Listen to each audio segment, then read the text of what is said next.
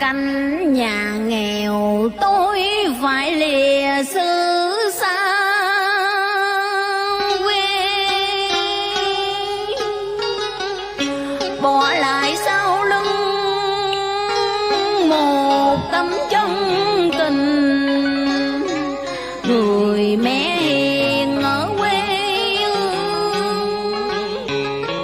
đang dõi mắt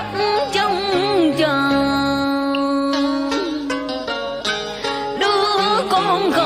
ở chốn xa xăm,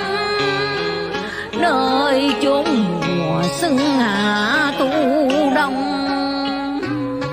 Vui